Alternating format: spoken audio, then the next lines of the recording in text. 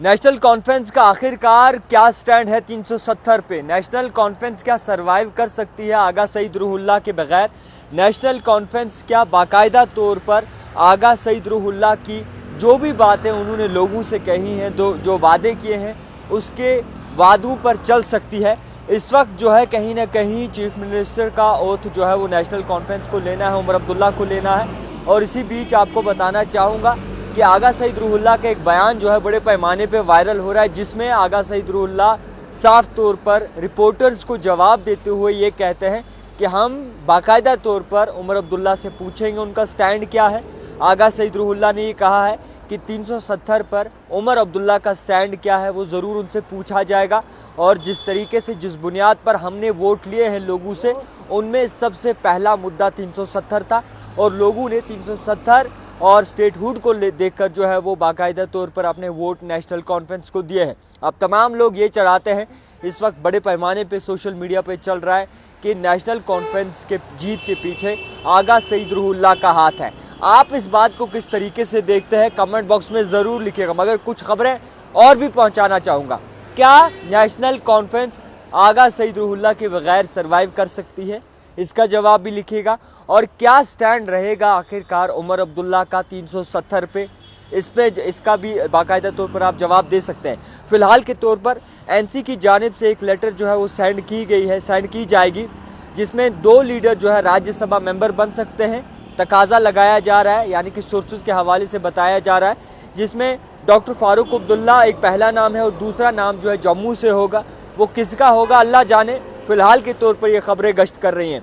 सुरिंदर चौधरी जो हैं वो मिनिस्ट्री उनके हाथ लगेगी, तकाजा लगाया जा रहा है। कहा जा रहा है सोर्सेज के हवाले से सकीना अत्तू से मीर सैफुल्लाह की बात करें और इसी के साथ साथ मसूदी की बात करें, जावेद राना की बात करें, सलमान अली सागर की बात करें, तो उनके हाथ मिनिस्ट्री का पोस्ट जो है वो दिया जा सकता है। और तकाजा ये है जो बडगाम की सीट उमर अब्दुल्ला के हाथों में इस वक्त है, उस पर शायद नासिर असलम सोगामी जो है उनका बाकायदा तौर पर एक रुझान हो। फ़िलहाल के तौर पर जो खबरें इस वक्त गश्त कर रही हैं, सबसे पहले लोग ये जवाब मांग रहे हैं, सबसे पहले ये चर्चा चल रही है कि क्या उमर अब्दुल्ला का स्टैंड आज भी वही है जो इलेक्शन से पहले था?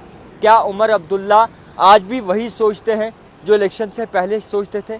क्या उमर अब्दुल्ला को कहीं ना कहीं आगा सईद रूहुल्लाह की बातों की अभी भी ज़रूरत है? क्या आगा सईद रूहुल्लाह जो है वो उमर अब्दुल्ला से 370 पे अगर स्टैंड पूछेंगे तो उनका जवाब क्या होगा? क्या सारे मुद्दे जो है वो हल हो सकेंगे?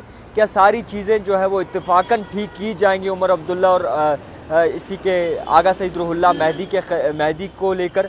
फ़िलहाल के तौर पर जो ऊपर से चीज़ें दिख रही हैं, जो ऊपर से जो है हम बाकायदा तौर पर नज़रसानी कर रहे हैं, उसमें साफ़ तौर पर ये नज़र आ रहा है कि इस वक्त जो है सईद आगा रूहुल्लाह जो हैं वो इस चीज़ पर बाकायदा तौर पर गौर फ़िक्र कर रहे हैं कि आखिरकार नेशनल कॉन्फ्रेंस का स्टैंड क्या रहेगा, नेशनल कॉन्फ्रेंस किस तरीके से बाकायदा तौर पर अपना स्टैंड देती है।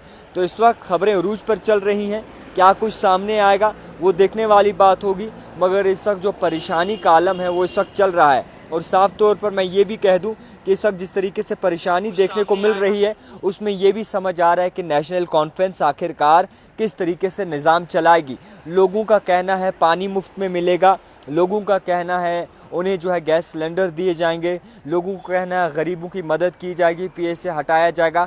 तो उसको लेकर अभी गवर्नमेंट बनना है और गवर्नमेंट जब बनेगी तो उसके बाद ये तकाजा सबसे पहले से लगाया जाएगा और ये अंदाज़ा पहले ही हो जाएगा कि आखिरकार किस तरीके से निज़ाम जम्मू कश्मीर में चलेगा। फ़िलहाल एलजी के हाथ में जो 5 सीटों का पावर दिया गया है उसको लेकर इस वक्त चर्चा हो रही है। और साफ़ तौर पर और आसान भाषा में ये कह दूं कि सुप्रीम कोर्ट में जो अर्ज़ी दायर की गई थी 5 सीटों के लिए कि एलजी को पावर जो दिए गए हैं वो गैर कानूनी हैं, वो नहीं देनी चाहिए, सुप्रीम कोर्ट ने उस पर गौर व फिक्र करने से मना कर दिया और साफ़ तौर पर ये कहा कि आप हाई कोर्ट के दरवाजे खटखटाइए, वहाँ पर आपको पता लगेगा कि आखिरकार किस तरीके से मामला है। तो इस तरीके से मैं आपको बताना चाहूँगा कि आगा सईद रूहुल्लाह को लेकर इस वक्त चर्चा हो रही है।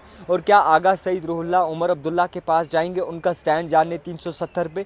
इस वक्त बाकायदा तौर पर ये खबरें बाकायदा तौर पर गश्त कर रही हैं। आप क्या इत्तेफाक रखते हैं? क्या कमेंट बॉक्स में लिखते हैं ज़रूर लिखिएगा, ताकि हम आगे भी जाकर जो है बाकायदा तौर पर इस पर गौर व फिक्र कर सकें। देखते रहिए द टाइपराइटर जावेद खान के साथ।